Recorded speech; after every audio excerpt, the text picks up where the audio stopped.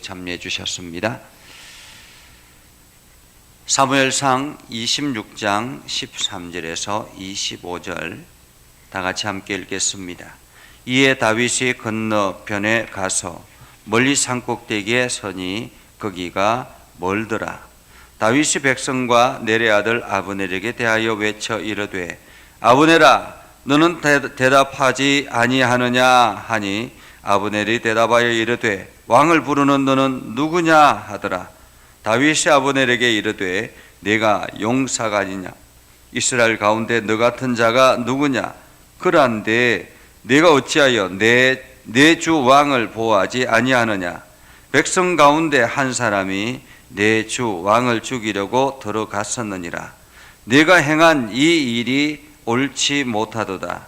여호와께 살아계심을 두고 맹세하노니 여호와의 기름 부음 받은 너희 주를 보호하지 아니하였으니 너희는 마땅히 죽을 자이니라. 이제 왕의 창과 왕의 머리에 있던 물병이 어디 있나 보라 하니 사울이 다윗의 음성을 알아듣고 이르되 내 아들을 다윗아 이것이 내 음성이냐 하는지라. 다윗이 이르되 내 주 왕이여 내 음성이니이다 하고 또 이르되 내 주는 어찌하여 주의 종을 쫓으시나이까? 내가 무엇을 하였으며 내 손에 무슨 악이 있나이까?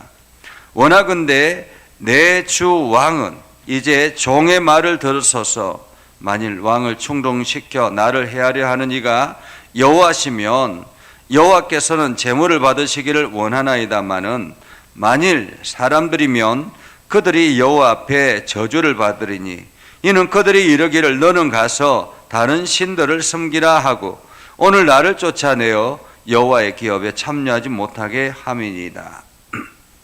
그런즉 청하건대 여호와 앞에서 먼 이곳에서 이제 나의 피가 땅에 흐르지 말게 하옵소서. 이는 산에서 매출하기를 사냥하는 자와 같이 이스라엘 왕이 한 벼룩을 수색하러 나오셨음이니이다. 사울이 이르되 내가 범죄하였도다. 내 아들 다윗아 돌아오라. 네가 오늘 내 생명을 귀하게 여겼은즉 내가 다시는 너를 해하려 하지 아니하리라. 내가 어리석은 일을 하였으니 대단히 잘못되었도다 하는지라. 다윗이 대답하여 이르되 왕은 창을 보소서 한 소년을 보내어 가져가게 하소서. 여호와께 사람에게 그의 공의와 신실을 따라 갚으시리니 이는 여호와께서 오늘 왕을 내 손에 넘기셨으되 나는 손을 들어 여호와의 기름 부음 받은 자를 자치기를 원하지 아니하였음이니이다. 오늘 왕의 생명을 내가 중히 여긴 것 같이 내 생명을 여호와께서 중히 여기셔서 모든 환난에서 나를 구하여 내시기를 바라나이다 하니라.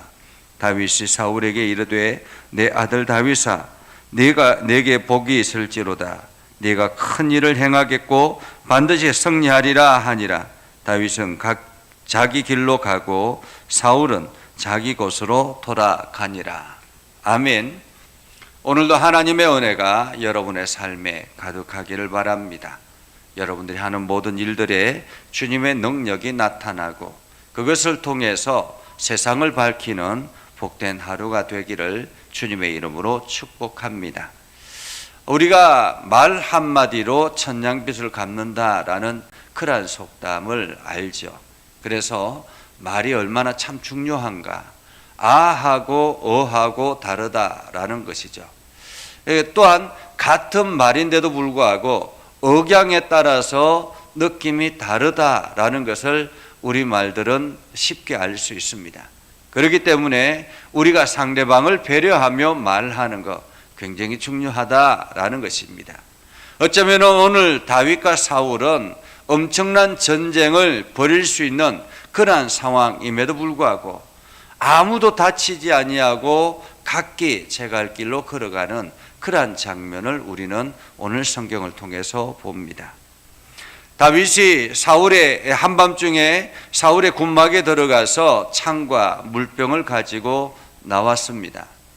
어쩌면 그 즉시 사울을 죽일 수 있었음에도 불구하고 다윗은 끝까지 하나님을 신뢰하고 하나님께서 모든 것을 행할 것이다 라는 그러한 믿음이 있었기 때문에 사울을 죽이지 아니하고 물병과 창만 가지고 나왔지요. 그리고는 멀리 건너편에 가서 소리치기 시작합니다. 먼저는 사울의 군대 장관이었던 아브넬을 부릅니다. 아브넬을 불러서 이야기하죠. 아브넬아, 내가 용사가 아니냐? 내가 용사가 아니냐? 이스라엘 가운데 너 같은 자가 누구냐라고 이야기합니다. 아니, 이스라엘 가운데서 너와 같은 용사가 어디 있느냐라는 것입니다. 최고의 용사가 아니냐라는 거죠. 그런데 네가 어찌하여 내 주 왕을 보호하지 아니하고 백성 가운데 한 사람이 내 주 왕을 죽이려고 들어갔었느니라. 어찌하여 왕을 보호하지 않느냐라는 것입니다. 너 같은 용사, 뛰어난 용사가 어디 있느냐라고 이야기하면서 어떻게 그 능력을 가지고 왕을 보호하지 않느냐라는 거죠. 왕을 보호하지 않느냐. 그러면서 왕을 보호하지 않았기 때문에 하나님께서 마땅히 너를 죽일 것이다 라고 말합니다. 여호와의 기름 부음 받은 너희 주를 보호하지 아니했으니 너희는 마땅히 죽을 자이다. 죽어 마땅하다라는 거죠. 죽어 마땅하다. 근데 이렇게 밖에서 시끌시끌하는 소리를 듣고 사울이 나왔습니다. 사울이 나와서 내 아들 다윗아 라고 말합니다. 그러자 다윗이 사울에게 이야기를 하죠. 내 주는 어찌하여 주의 종을 쫓으시나이까? 어찌하여 주의 종을 쫓으시나이까? 불과 얼마 전까지만 해도 다시 쫓았다가 잘못을 인정하고 돌아갔었는데 왜 다시 오셨습니까? 라는 말이죠. 왜 다시 오셨습니까? 그러면서 이것을 사울의 책임이 아니라 주변에 왕을 충동시키는 사람들이 있다라는 것을 말합니다. 19절에 보면 이렇게 말하죠.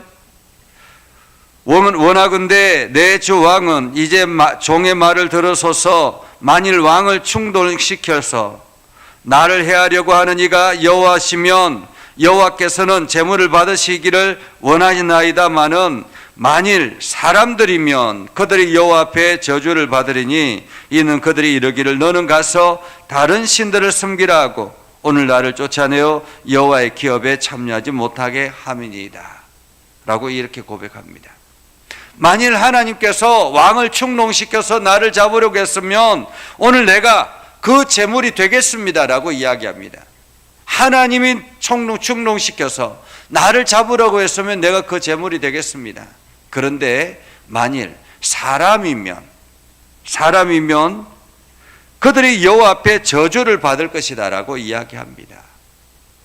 누가 왕을 충동시켰느냐라는 것입니다. 왕을 충동시켰느냐. 당신을 충동시킨 이가 누구냐라는 것입니다. 이것은 다윗이 사울이 나빠서 그런 것이 아니라 충동시키는 사람들이 있었기 때문에 당신이 이곳에 오지 않았습니까? 라는 그런 의미이죠. 사실 우리가 충동시키는 사람들이 있잖아요. 그 충동시키는 사람들이 나쁜 거죠. 어쩌면은 그 충동을 받은 사람보다도 충동시키는 사람들이 더 나쁠 수 있습니다. 자기 손으로 직접 행하지 아니하고 남의 손을 빌어서 해하려고 하는 그 충동시키는 자들, 그 자들이 더 나쁜 거죠. 오늘 다윗이 사울에게 말하는 것은 그런 것입니다. 왕이 나빠서 그런 것이 아니라 왕을 충동시키는 사람들, 그 사람들 때문에 이곳에 오지 않았느냐라는 것입니다. 그러면서 이 먼 곳에 나의 피를 흘리지 말게 하옵소서라고 하면서 자기를 이스라엘 왕이 한 벼룩을 수색하려 왔습니다라고 말합니다. 자기는 벼룩과 같은 연약한 존재다라는 거죠.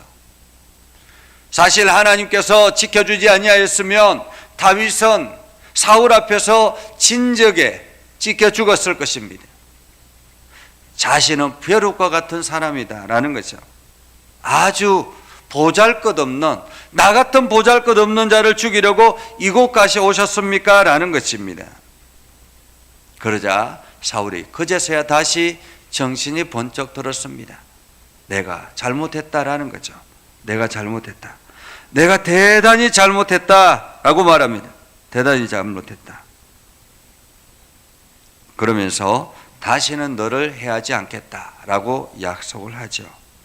이때 다윗이 창을 보소서 한 소녀를 보내어 가져가게 하소서. 다시 말하면 당신을 죽일 기회가 이렇게 있었습니다. 그냥 말이 아니라 당신이 죽일 기회를 이렇게 있었습니다. 그런데 죽이지 않았습니다라는 거죠. 죽이지 않았습니다. 왜요? 하나님께서 기름 부음 받은 자이기 때문에 그렇다라는 거죠. 한 번 더 내가 당신을 해할 수 있는 기회가 있었음에도 불구하고 내가 행하지 않은 것은 하나님께서 기름 부음 받은 자, 당신은 그런 부음 받은 자이기 때문에 그런 것입니다 라고 말합니다. 철저하게 다윗은 사울을 죽이려고 하지 않았다라는 것을 다시 한 번 더 확인시켜 주는 것이죠. 그러면서 지금 나를 지키시는 이는 하나님이다라는 것을 더 분명하게 이야기를 합니다. 24절에 보면 이야기합니다.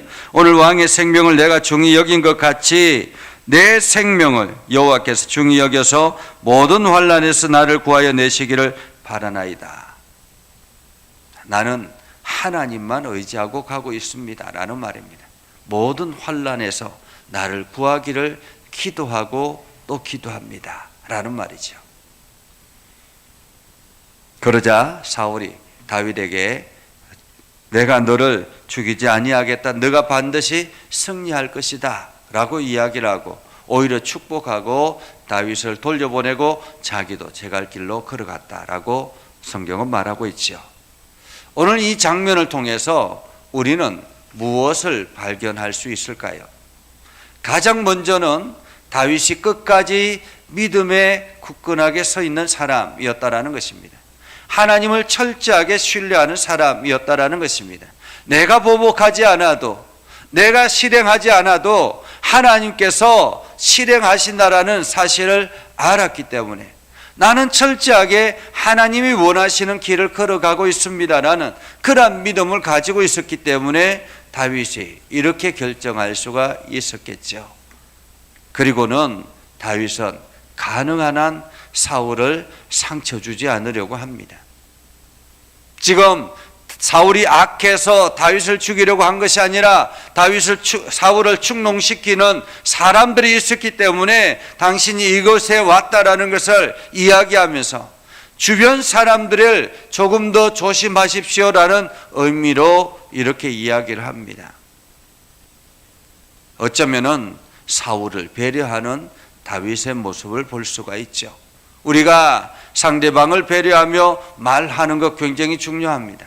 비록 내가 원수 같은 사람이라 할지라도, 저 사람이 내가 바라보기에 원수 같은 사람이라 할지라도 나는 그 사람에게 최대한 정중하게 그 나의 마음을 잘 표현해내는 그러한 지혜가 필요한 것입니다. 우리는 이게 화가 나기 시작하면 나도 모르게 악한 말들이 쏟아져 나오기 시작하잖아요. 그러면서 상대방을 상처 입히고 그 상처로 인해서 또다시 상처를 받고 그러면서 상황은 더 악화되어지는 그런 모습을 보게 되지요.